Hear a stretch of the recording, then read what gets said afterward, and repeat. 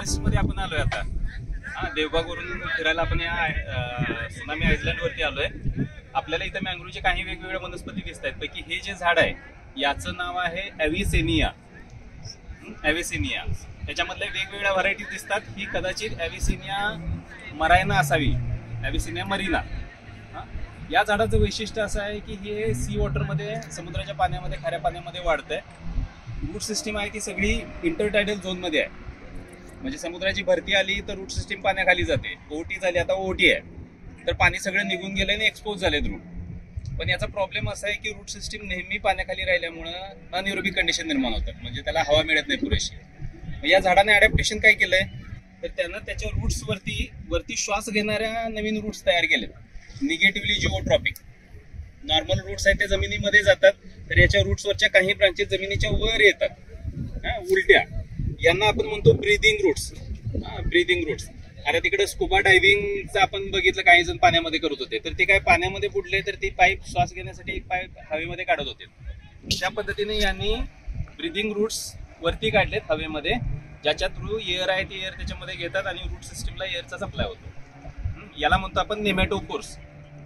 आणि दुसरं याच्यामध्ये सॉल्ट टॉलरेट करण्यासाठी तिकडं आपण जसं बघितलं रायझोफोरामध्ये विविपेरस सीड्स करत होते. ॲव्हिसेनिया काय करते तर ॲव्हिसेनिया त्याच्या बॉडीमधला सॉल्ट एक्सक्रीट करते. हे आता हे झाडावरचं पान मी काढलंय, याच्यावरती तुम्हाला इथं सॉल्ट दिसेल. ठीक आहे, इथं सॉल्टचे क्रिस्टल्स आहेत. क्रिस्टल यानं एक्सक्रीट केलेत आहेत. म्हणजे हे घेताना पाणी आहे ते सलाईन वॉटर आतमध्ये घेत आहे.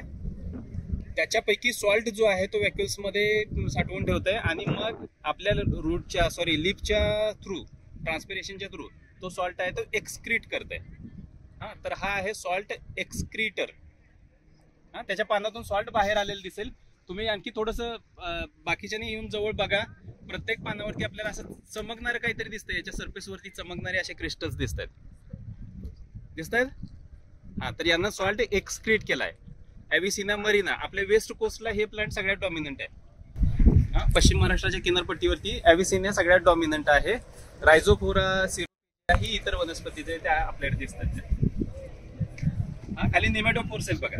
आणि नेमॅटोफोर्स मध्ये पण त्यांनी काय केलंय, थोडंसं पाठीमागे बघितलं तर एका रेषेत गेल्यासारखे दिसतील बघा. मग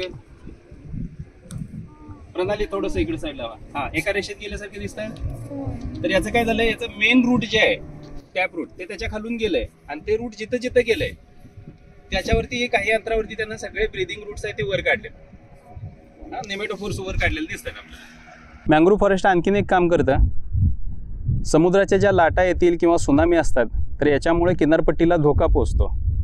अशा वेळी मँग्रोव्ह फॉरेस्ट असेल तर किनारपट्टी जास्त सुरक्षित राहते. त्याचबरोबर या झाडांच्या मध्ये अनेक पक्षी आपलं घरटं बांधतात. त्या पक्ष्यांच्यासाठी नेस्टिंगची जागा, त्यांचे हॅबिटॅट म्हणून मँग्रोव्ह फॉरेस्ट काम करतं.